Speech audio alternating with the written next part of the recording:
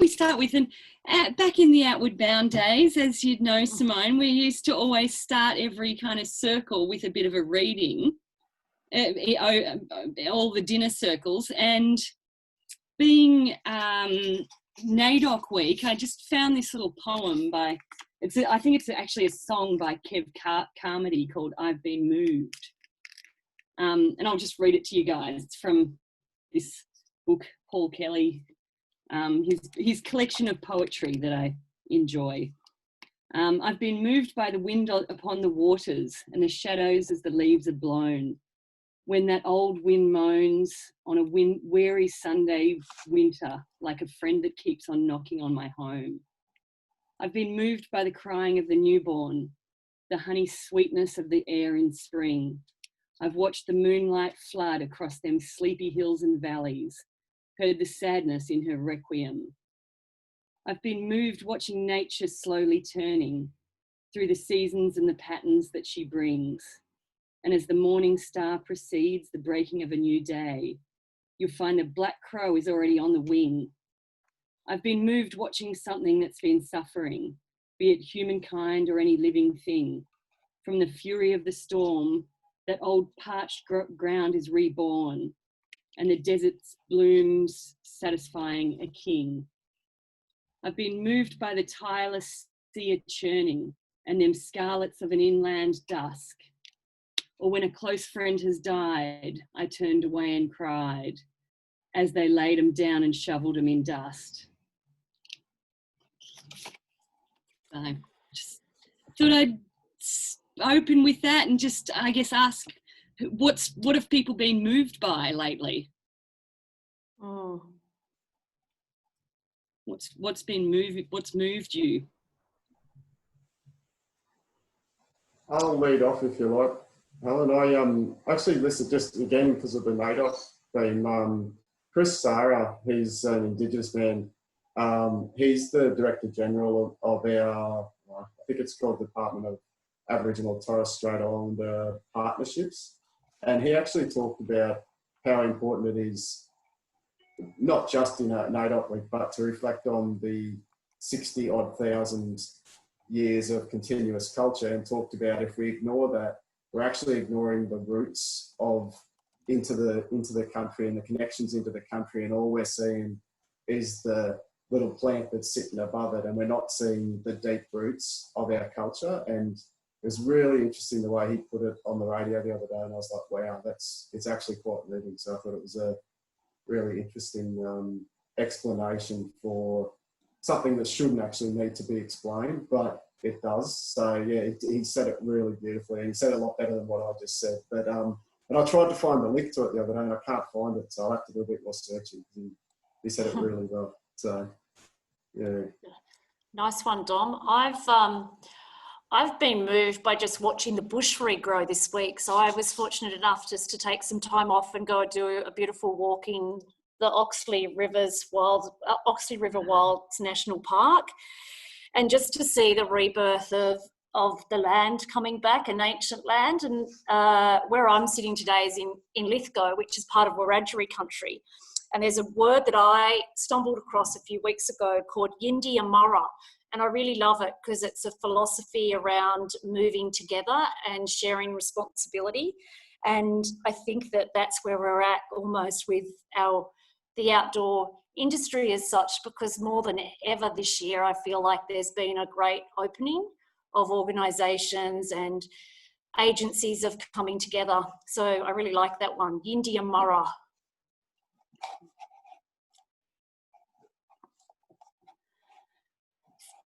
Is there anyone else that would like to share? Don't feel pressure. Oh, okay. Well, I'll just share a little bit. Like I mentioned earlier, very excited and moved to see the excitement in the kids now that they're getting to go to camps and back. My daughter's doing her first mountain biking competition in 2 weeks, and she's so pumped for that. So it's just wonderful that they're able to do these things again. It's lovely to see their excitement and enthusiasm. So that's wonderful. Thanks, Leslie.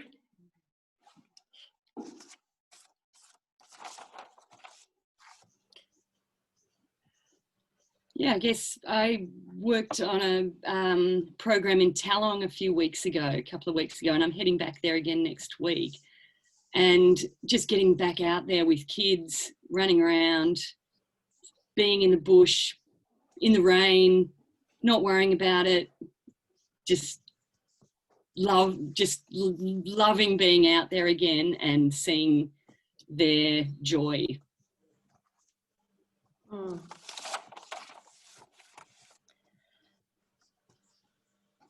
Yeah, Okay. Well, if there's, sorry. That's all right. From a Scout perspective, there's a lot of activities happening. So bushwalks are happening. There's abseiling and climbing happening. So getting almost back to normal. Camps are happening. Went up to Tenterfield last weekend, and we're looking at relocating. Not this year or next year, but that's the dream goal. So they're doing a few things up there as well. So it's good to see there people getting out and doing stuff.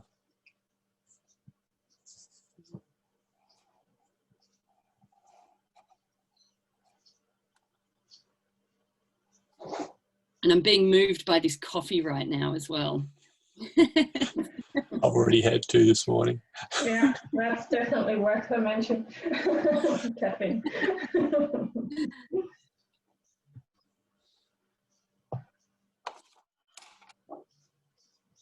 Okay, well, look, we might get started then. That was really nice. Thanks, Helen, for that. We've just been asked with Leslie, with Laurie, who's not able to attend this morning, and Leslie is here, so thank you for coming on in, is just for us to think about the ultimate vision of where we want to be with our businesses or our agencies, and just some of those challenges that we have with the sector that we're facing for next year. And also just to look at some of the opportunities for the awareness building that is actually on offer in our sector at the moment based on this different world that we've lived in 2020. So I actually think maybe what we could even just do is should we just start and brainstorm perhaps some of the challenges with the sector that we are facing? And this is something that then Laurie was going to come back in on and I guess follow up with there. And I'm happy to kick off because I think it's one of the things that we've started with at the start of this conversation that we had today was just organisations that are struggling at the moment or scrambling to find staff. And if that's our theme for, if this is what it's like at the end of 2020, and if we're not feeding more people into qualifications, both internal like hiring internally or looking at just avenues of attracting staff, how that's going to affect the industry long term. So I think that, and that's one of the things that I've mentioned to Laurie as well when I met a few weeks ago with a bunch of different industry partners that we work with specifically at TAFE. So I think staffing is the one, and how to attract good people into the industry.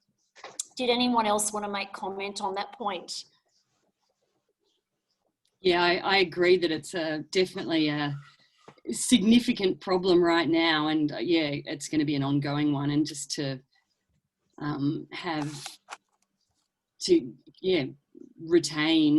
attract and retain quality people. Yeah.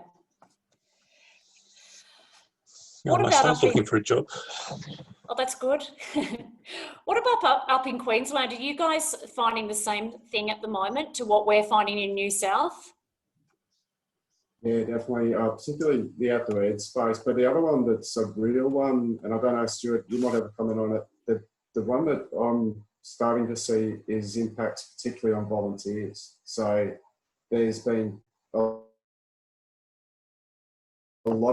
there's obviously a lot of fatigue, and that's come out of all the uncertainty that everyone's had to deal with. But particularly for volunteer organisations, and I've spoken about this a bit, often it seems to me the default has been we'll appoint one person to look after all of the COVID issues. And what that does is it puts all that pressure on that one person. And it also, the other dangerous part is when they can't handle it anymore and they quit, you don't have the next person able to just step into that role. So I think that's a real challenge. It's it's right across. It's not just for paid staff. It's all workers, and I deliberately use the term workers for volunteers because they are.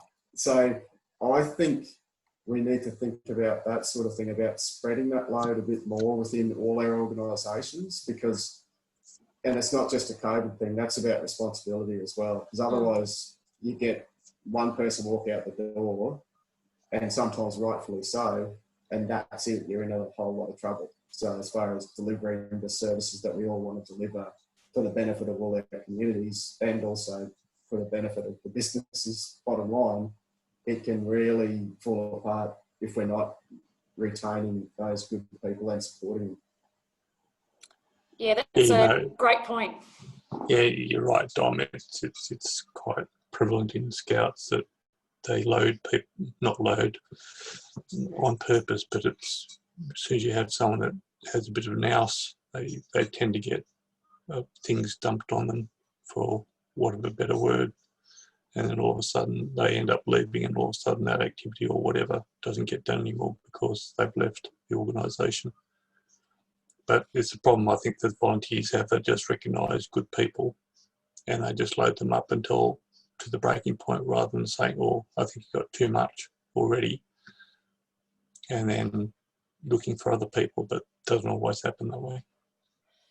Stuart, can I just ask, are you finding also the demographics or the age of the volunteers is that an issue in terms of it's an ageing population of volunteers that are offering their services? More often, because the older you are, the more time you have to do the volunteer stuff than what you would have done when you were younger, because the young people starting up, they've got starting off their lives and work careers, whereas someone like myself, we're almost aging out of that process and looking at retirement. Yeah, okay. What about for any other, and I just saw Liz has just popped on in. Hey Liz, we're just talking about some of the challenges that the sector is going to potentially face in 2021, and so far we've just talked about staffing or workers in general, about attracting and retaining staff, both volunteers and paid workers. What about some other folks out there? What other things are you thinking are some of the challenges we're going to face moving forward?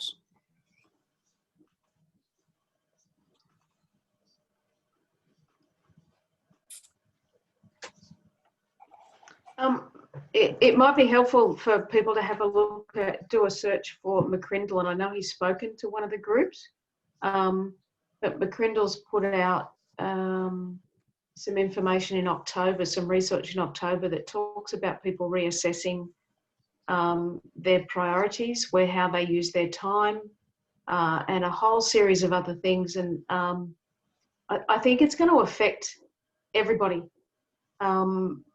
So if they're also, I did a session the other day at the National Sporting Conference. They're also expecting people to be more creative, looking in different places, reassessing the use of their time based on the fact that they've slowed right down and they've gotten used to reprioritising around their family's health, and it may have an impact on that. There's also a high percentage of people that they expect will be trying to renegotiate, at least working from home. That should or could help the volunteer organisations, because where they might normally have arrived home at 6 o'clock, they might arrive home they might finish work at 5 o'clock because they feel that they've had a full day's work. So I think some of what McCrindle is talking about also is that if people are thinking that they have to be more creative, they're going to expect to be more creative. If they're reassessing their time and their work, then making sure that we've got a shared purpose is really key. So being really able to articulate your purpose. And we saw, I think, through the Outdoors New South Wales jobs page thing, we've seen that there's a huge difference in how people are posting their job vacancies.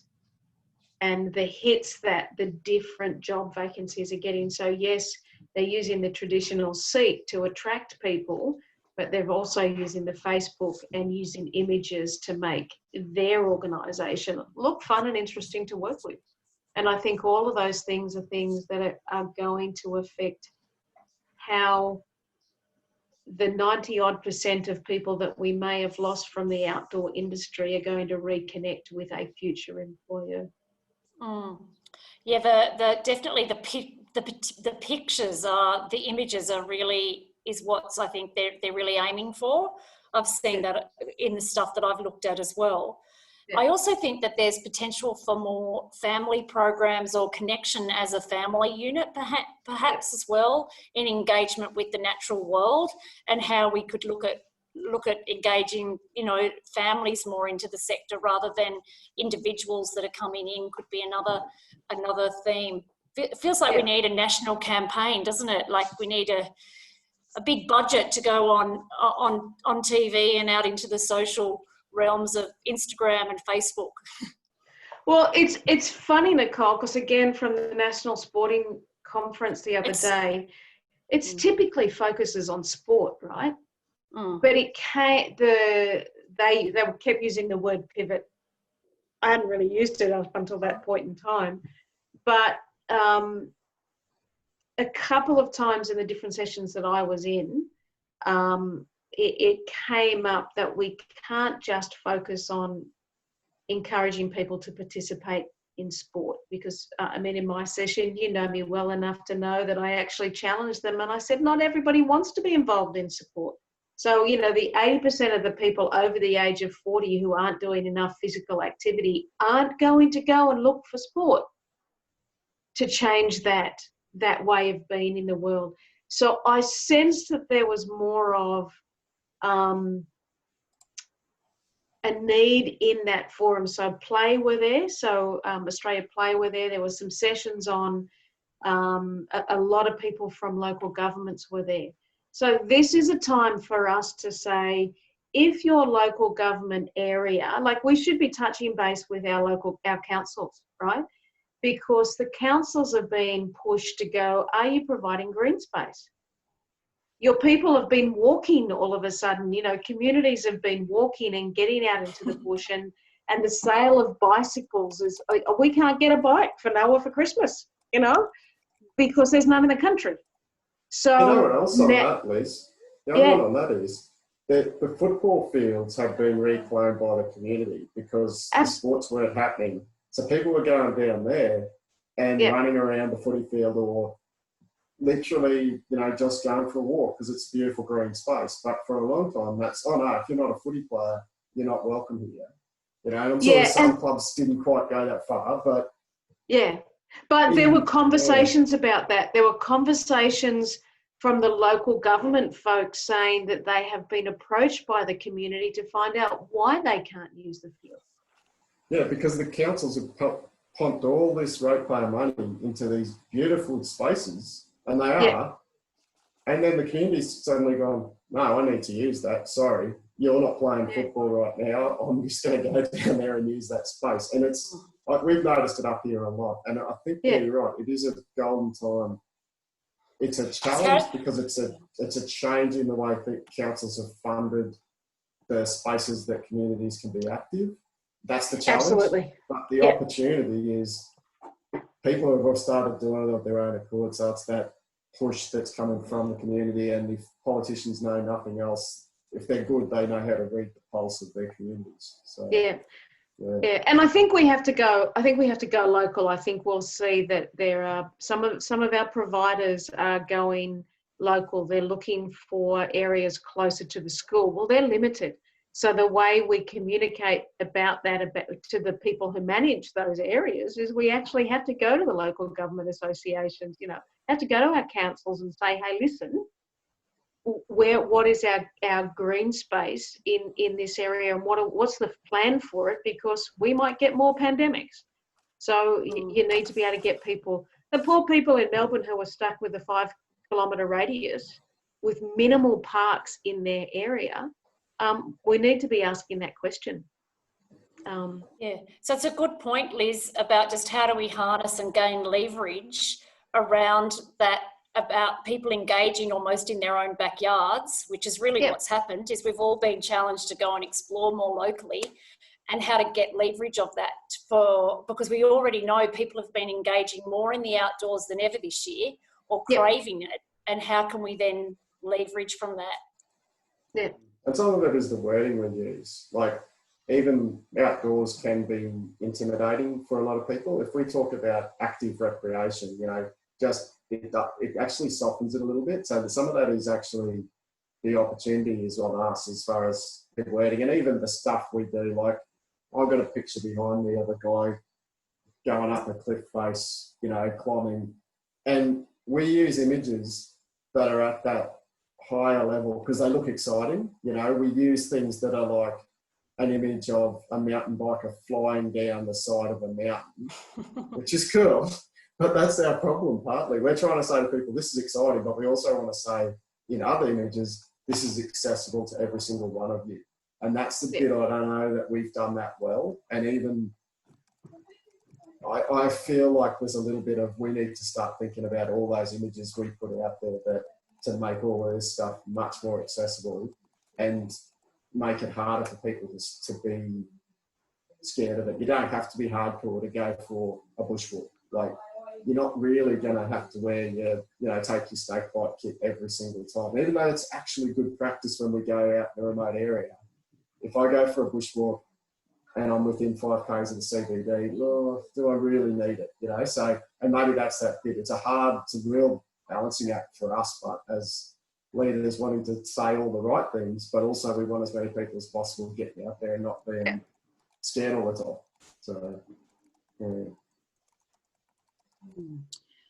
one thing from what you're saying is about getting people outdoors from a business owner's perspective, and having provided family trips in the past where a family would register, and it's a high kind of price point, you know, it's a high entry point for people to register as a family for some sort of adventure.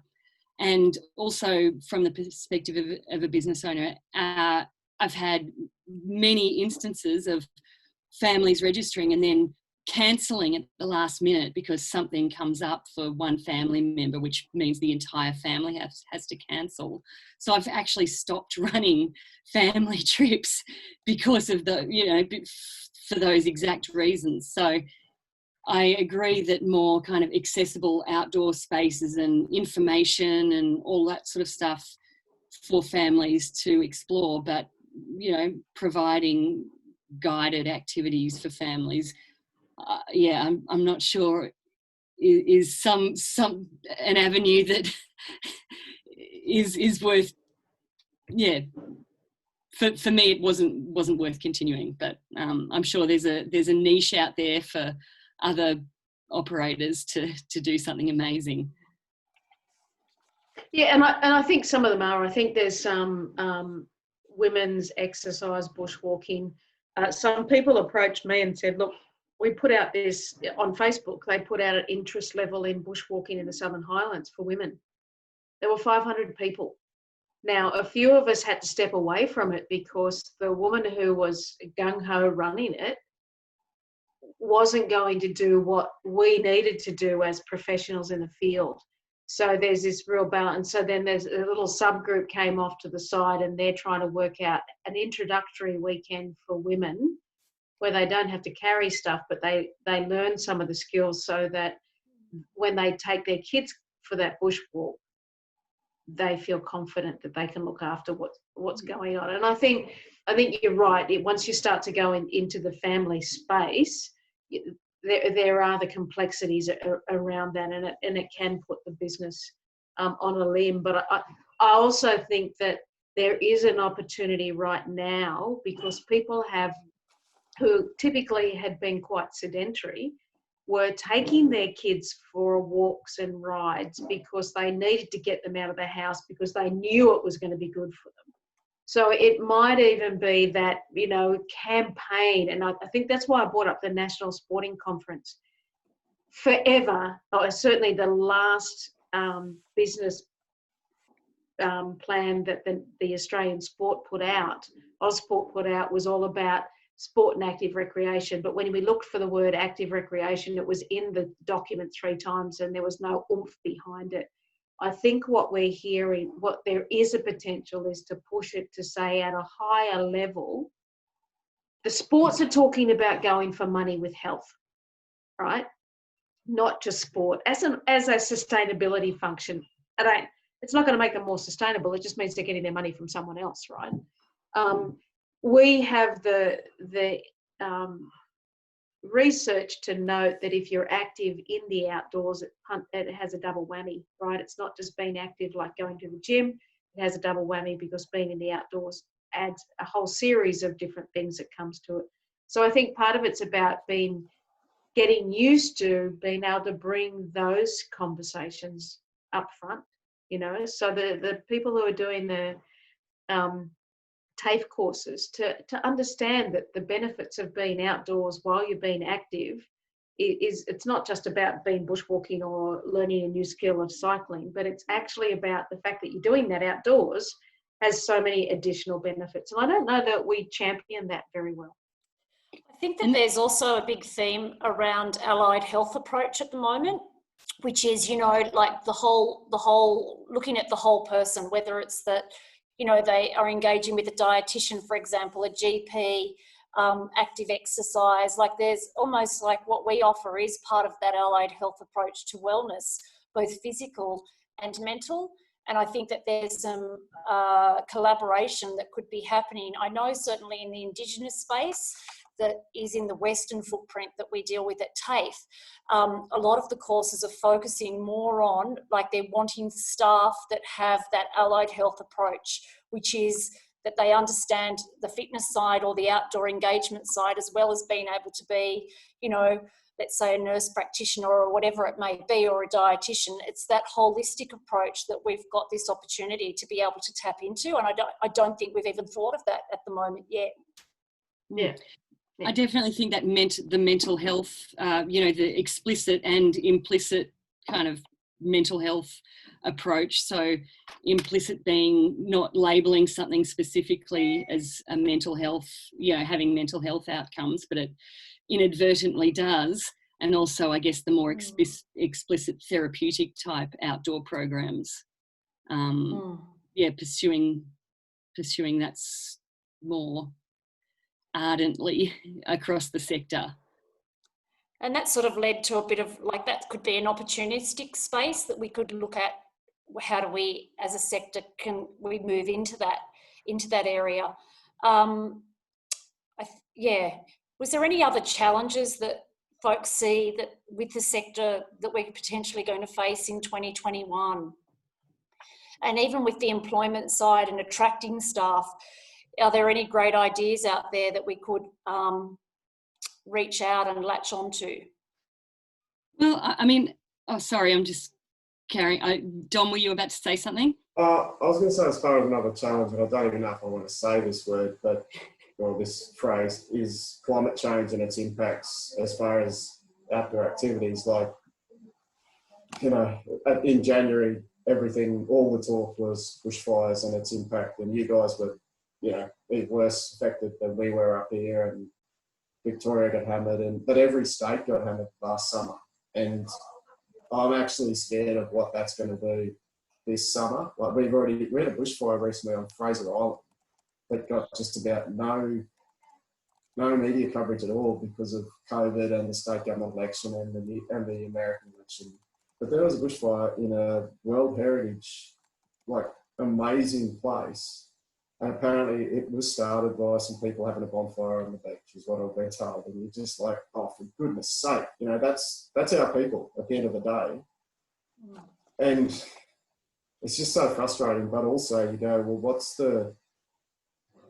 what's the impact as far as on outdoor activities in general of all of these places potentially getting closed down due to high bushfire risk or more severe weather impacts, you know, this sort of stuff. And what does that do? Does that then squeeze the population who want to get outdoors into fewer and fewer spaces. And what does that then do to those spaces? It just keeps steamrolling. That's why I said I was a little reluctant to even bring it up, but it certainly needs to be discussed, I think.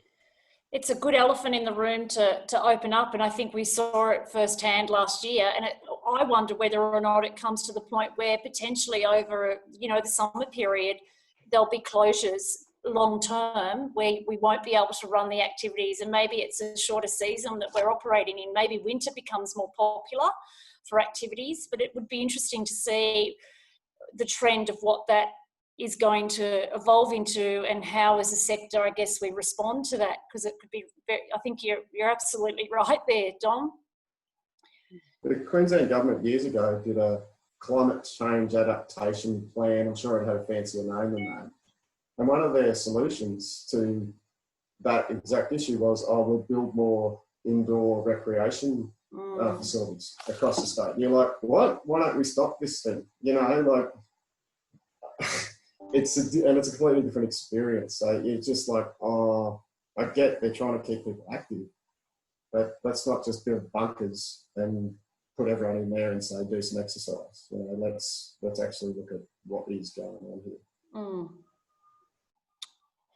Before we move on from sort of the challenges that potentially for next year, and I'd just like to kind of look back at employment again and possibilities for attracting and retaining staff. And Simone, you sort of mentioned social media and using that platform to attract staff, which I think is great.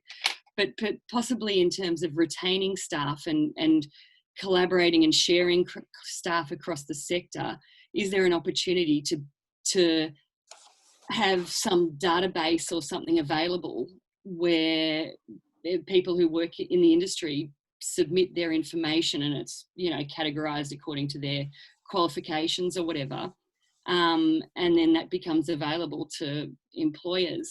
I guess, sure, there's ads on Facebook and things, but it's just this continuously scrolling kind of dump of information, and I don't necessarily think makes it that available for potential employers and for employees to showcase their talents as well. So I don't know, it's another one of those crazy ideas that might, potentially might be an avenue for getting people's information up there We sort of had that, Helen, with the National Outdoor Leader Registration Scheme, which the Outdoor Council ran, and but it only got picked up by Duke of Edinburgh up here in Queensland and the WA government, and no one else in the whole country used the system. So the ATA actually made a decision earlier this year to wind it up, because we would have had to remap the entire NOLS process to the new training package, and we simply didn't have the funding to do that. So it was always NOLS, the Outdoor Leader Registration Scheme, was all about currency of qualifications, currency, and then it just hadn't been used by employers. So we just couldn't keep it rolling, and it's pretty sad actually. I think maybe making it, getting some funding or something to make it more accessible and more available to more people. I don't know. I'm just throwing ideas out there, and I know that it's reinventing the wheel, but it just seems that. Sorry, Helen. The fitness industry has a registration scheme. So, and I know I was having a conversation with Laura the other week. So I've suggested she talk to the people who did that registration scheme. I think I've tried to put myself in the head of a practitioner who might have been casual employment in 3 different places. Because let's face it, the majority of our smaller employers only have the capacity to hire casuals. So I've gone, okay, well, I'm a casual, so that means I missed out on job seeker and job keeper. So, and I used a terminology the other day that I'm a job switcher. So what we need to identify that if only 10% of our people were on some sort of support during the COVID situation, they have by default had to leave. They've had to go and find work elsewhere. So the task that the industry has right now is to attract those people back in an environment where they've already not felt overly safe. So that's where that shared vision of what you're delivering has to be really well articulated. I think the other thing is that we need to look after our staff really well. So anytime I saw somebody who I knew employed people during COVID-19, I said, have you checked in with your staff? So I think now is a time where more than ever that we need to have really authentic conversations with our past and present staff about our industry and about sustainability of work and all those sorts of different things, because they are likely feeling very, very ill at ease, because all it will take is another little outbreak and their work is gone again. So I think now is the time that we have to be absolute incredible communicators with our former staff to attract them back in the industry, because they've actually had to be job switchers. And I think, Liz, part of that's just, it's really a pick up the phone conversation. That's Absolutely.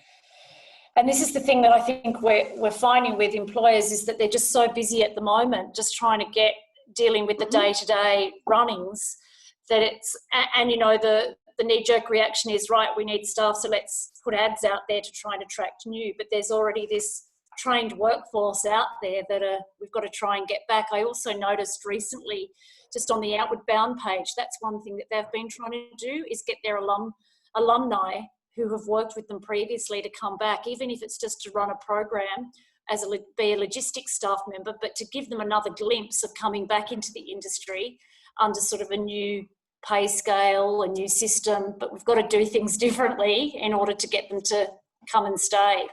Yeah. And I just, it's just the way it is, right? And I think traineeships, it's a way in. Can you have a conversation with the traineeship people to see if you can bring some, because we're going to have to retrain the incoming staff or train incoming staff, because there's a lot of movement in the higher end, also sort of the mid-manager and senior manager. There's been a bunch of positions available. So there'll be movement in that space as well. So that's another conversation that says, hey, there is opportunity at the moment for more full-time positions because some people have left, and all of that kind of stuff. It is just about having it's time-consuming, and it's host a picnic in a party so you can touch base with 10 of them at once, or a picnic in a park. Some of those things, it's just got to happen. And the mid-coast adventures, you can't carry staff, absolutely. So how can you attract the longer serving people who also, because it's that, I found myself the other day going, could I help an organisation right now with some of their program? No, my remote first aid is not up to date. No, I'm not overly fit, field fit, because that's the other thing, is you've got a whole bunch of staff that aren't field fit right now. I'm kind of glad I'm still running training packages, to tell you the truth, because it's a bit easier than what you guys are dealing with, right? But it's so that short cancellation, how do you do it? What do you do? There's so many things at play that the conversations like this are really important to realise, hang on, what have I not thought about? The risk is incredible for an organisation that's a small organisation. It's equally as incredible for the larger organisations that with 2 weeks' notice, and this is the thing that you deal with, we were waiting in New South Wales, and then 2 weeks' notice, and we're allowed to go back in the field? Come on, seriously. Now you're getting people off couches or off doing their home renovations, or beautifully in the garden doing stuff. So their switch is also important to have. Yeah, good points there, Liz. Laurie, when you listen to this, we're giving you some of the challenges you asked us, so here they are. And Liz, I know Talong are looking for staff next week, so yeah. Have you seen me on the high ropes, Helen? I mean, seriously, it's not a pretty picture. plenty of low ropes too. Was there anyone else that had anything to comment on that around challenges? Okay. Well, Helen, we might let you lead on to the next. Thanks so much for that sharing. That was really, really good to hear. And I guess some of these conversations we need to have so that we can identify how do we move forward. I'll hand over to you, Helen. And I guess we've sort of touched on it a bit already about, I guess, awareness building across the sector. So who would like to talk about a way of building awareness of the outdoor sector? And oops.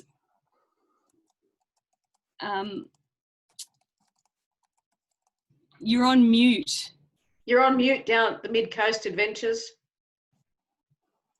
On mute yourself. Oh, he's talking to someone else. Oh. Would anybody else like to, who's not on mute, like to talk about building awareness in the sector?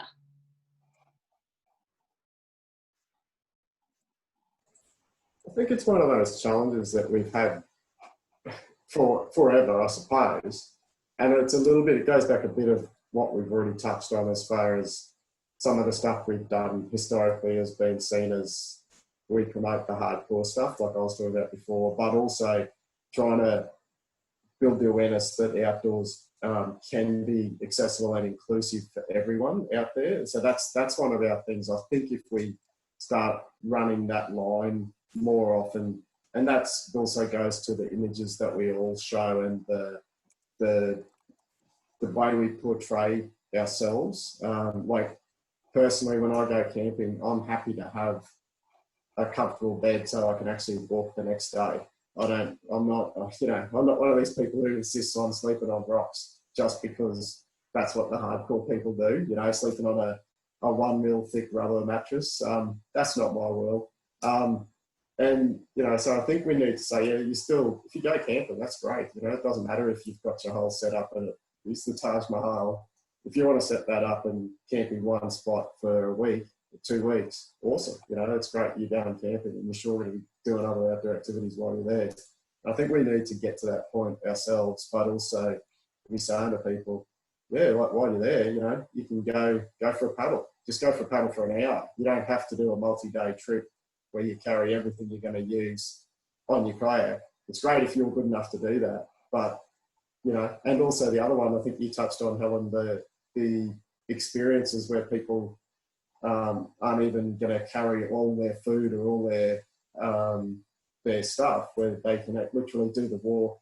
Like that's why the Three Capes walk in Tasmania is people are loving that, because they actually don't have to lug everything. They get people to move their bags from one spot to another, and we tend to look down our noses at those things, I think, because we go, wow, that's not really roughing it. And you're like, well, so what? They're having a great experience, So I think we need to get that in our heads and start accepting that, and the other thing, that actually builds our businesses, because businesses that have the experience and have the ability to make it easier for those people, they can then just go, righto, you want it, we can give it to you on a platter if that's what you want. And we'll take your money, like you said before. But the problem, the danger is then they cancel. But if they're willing to pay for it, I think it's great. And it's also about awareness that where's the line of, is that then pushing out other people who aren't getting the experiences that they could do by themselves? So we need to think about that balance as well. Wouldn't it be great, Dom, if we could have like a national outdoors day, like how we celebrate different days within Australia, but wouldn't it be great, especially to use leverage from what's happened with COVID and about engagement in our natural world and green spaces, or a National Green Space Day, or whatever it might be. I wonder if at a higher level we can advocate towards something that allows people to engage more.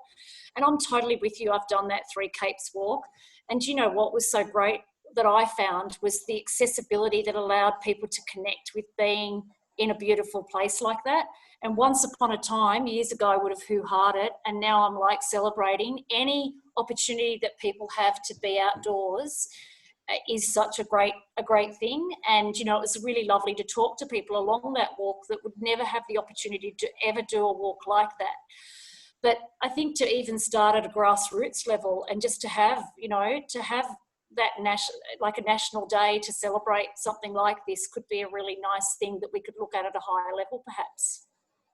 Yeah, well, we did Outdoor Classroom Day, was last Thursday, the 5th, and our Nature Play program that we run, that Gorf runs for Queensland, we ran that for Queensland, and there were over 1 million students in Australia registered to do outdoor learning last Thursday. So, and it's the whole idea of Outdoor Classroom Day is about, it's about, you know, not just doing it that day, it's about trying to get that entrenched in the school's normal way of teaching. So they're taking kids outdoors to learn, you know, whether it's once a fortnight, once a week, maybe daily. But last week, that's exactly what that is. This Outdoor Classroom Day is one day, and they had over 1 million students, which is amazing. And, you know, it's one of those things, you know, maybe it is just a matter of picking a day and trying to get some campaign going on that. And I mean, some people would say every day should be Outdoors Day, but you know, you just need to pick one and make a fuss, you know, and get the media involved and that sort of thing too. And I think with that, we're outdoor professionals, we're not marketing professionals. So getting kind of marketing professionals involved in promoting awareness of different things is, I think, also beneficial to you know, get some proper branding campaigns and that sort of thing going that are not just not just written by ourselves. Yeah, it certainly needs to have, like, at a state or national level, at that, you know, whether or not there's funding grants applicable that are out there that could look at, you know, putting something together that, you know, we could have for years to come, that become a really big thing and keep building momentum from. I mean, it's a big idea, but I think, you know, you've got to have those big ideas to look at, to help us look ahead.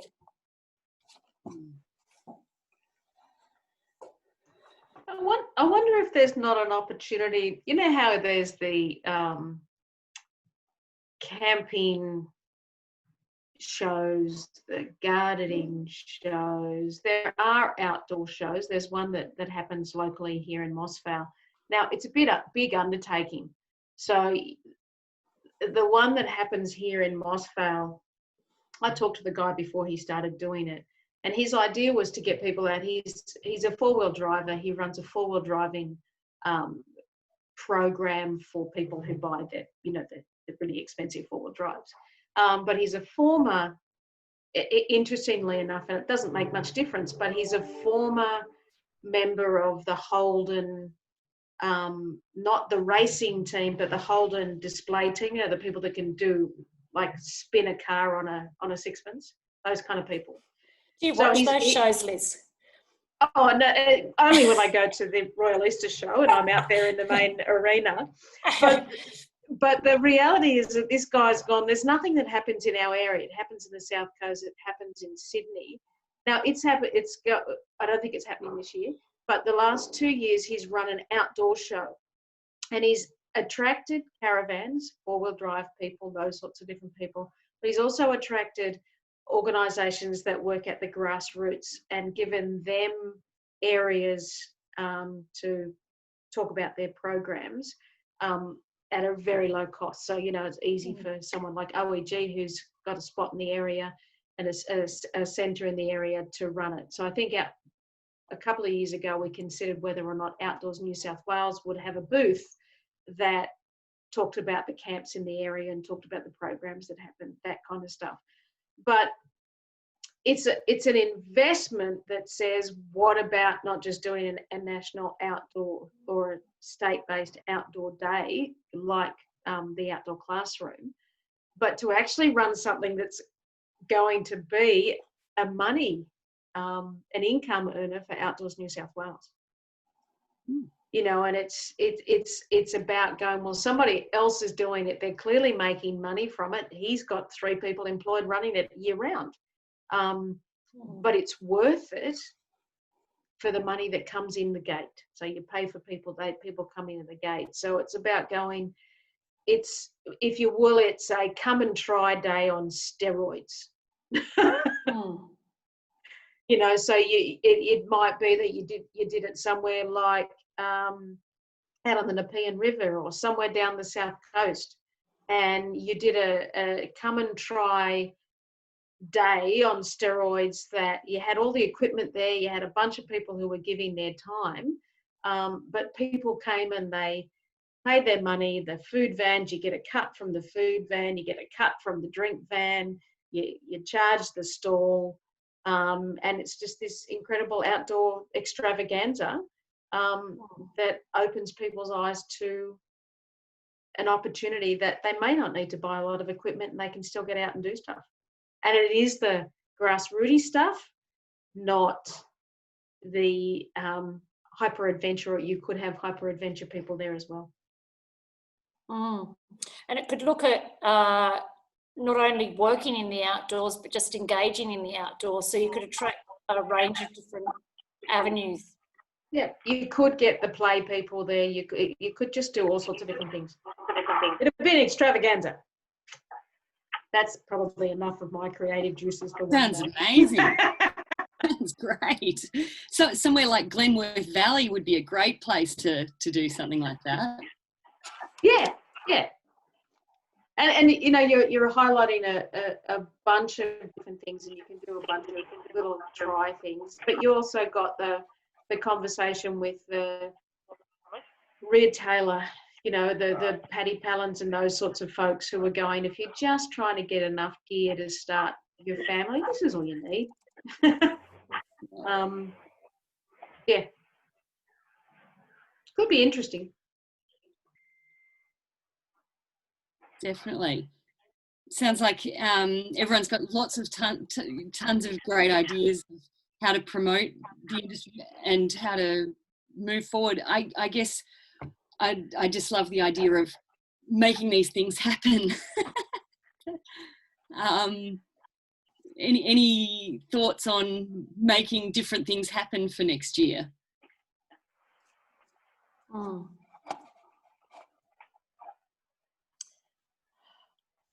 I think the key on all this is probably what Liz was just talking about, but it's going to be trying to maintain the collaboration that's really been seen strongly this year, because we've all been in crisis and in unknown waters, and trying to maintain that collaboration for the good of all the operators and the good of the community as well. So I think that's going to be a key to making any of that sort of thing happen, and, you know, trying to make sure we're all working towards the same outcomes. So I think that's probably going to be a really important piece of work as far as making sure that collaboration is still rolling along, whether it's collaboration between Outdoors Queensland, Outdoors New South Wales, ACT, and the other state organisations, or just the collaboration between different operators within our sectors. I think is really important.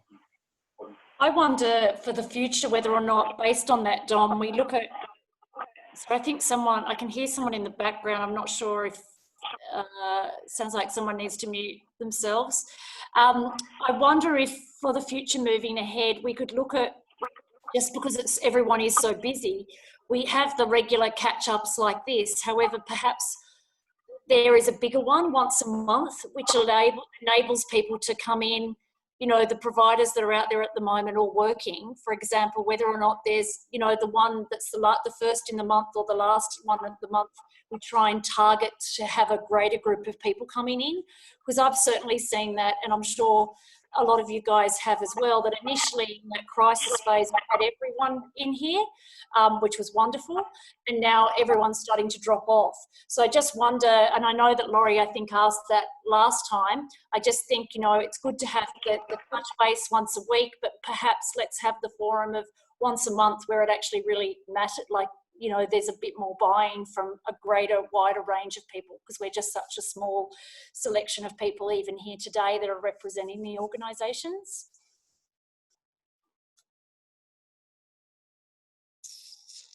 Yeah, I like that idea. It's almost, you sort of need to make a fuss of that other one, you know, like that, almost have it on a different day or something and make it a little bit of a different thing. We've actually dropped to fortnightly for our ones because we had some numbers drop off as well, and it was, well, as Leslie's well aware, it's a bit of an effort doing these things every week. So it's so we dropped them to fortnightly, which has been quite good. Although I've got one today, so I actually have to finish the presentation in the next little while.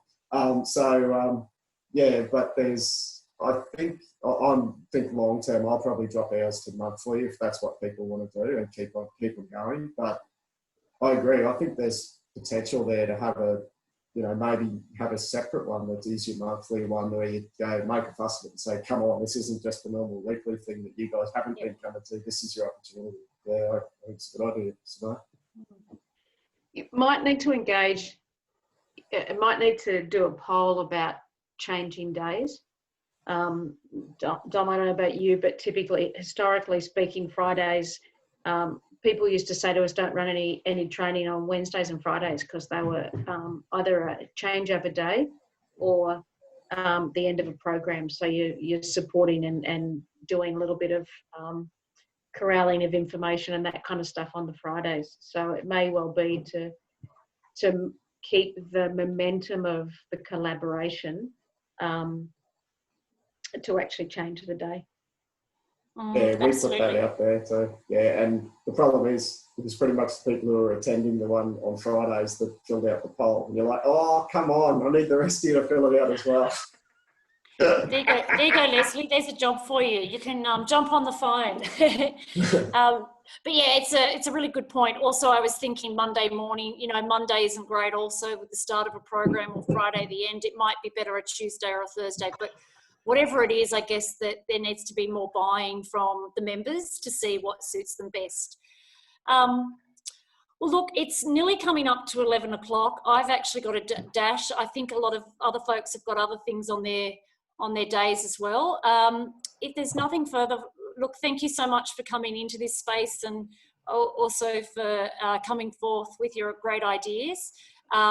Yeah, great to have these chats. They're often ones that are important ones that we don't often need to prioritise, but they're ones we need to have to be able to help drive through to the next phase. And hopefully from this, it will give Laurie a little bit more of an input into some of the thinking with what we've talked about today. Helen, is there anything else that you wanted to add? No, just thanks everyone. It's nice for people to show up and be authentic. So thank you. Yes, great. So Yindi and Mara, we've done some collaboration and about moving forward. So have a great day wherever you are, and don't forget to go outside and not be on those computers all day. Take care, everyone. See you later. Thanks, everyone. Okay. Bye. Bye.